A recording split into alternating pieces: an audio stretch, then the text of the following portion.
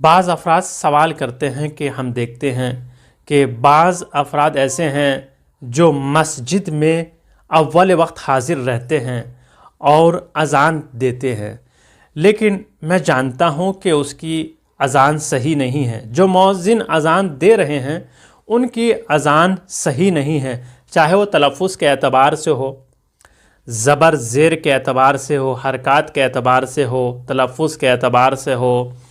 جیسے شین ہے تو شین کو وہ سین ادا کر رہے ہیں، اشہد ان کو وہ پڑھ رہے ہیں اشہد ان۔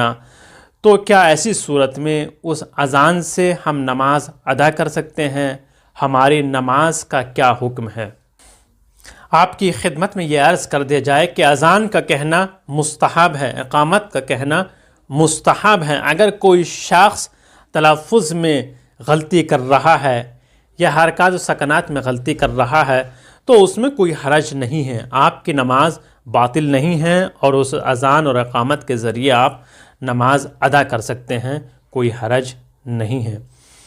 لیکن بعض افراد کا سوال یہ ہے کہ جو اذان اور اقامت ٹیلی ویژن یا ریڈیو کے ذریعے کہی جاتی ہے، کیا ہم اس اذان کے ذریعے نماز ادا کر سکتے ہیں؟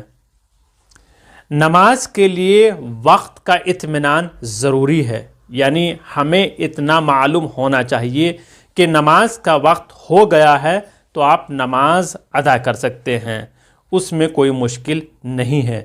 شرط یہ ہے کہ نماز کا وقت داخل ہو جائے تو آپ نماز ادا کر سکتے ہیں۔ اس ویڈیو کو شیئر کریں اور دوسروں تک اس پیغام کو ضرور پہنچائیے گا، اور آپ مکتب جعفری چینل کو سپورٹ کریں اور اپنے تمام دوستان سے، عزیز و اقارب سے سبسکرائب ضرور کرائیے گا۔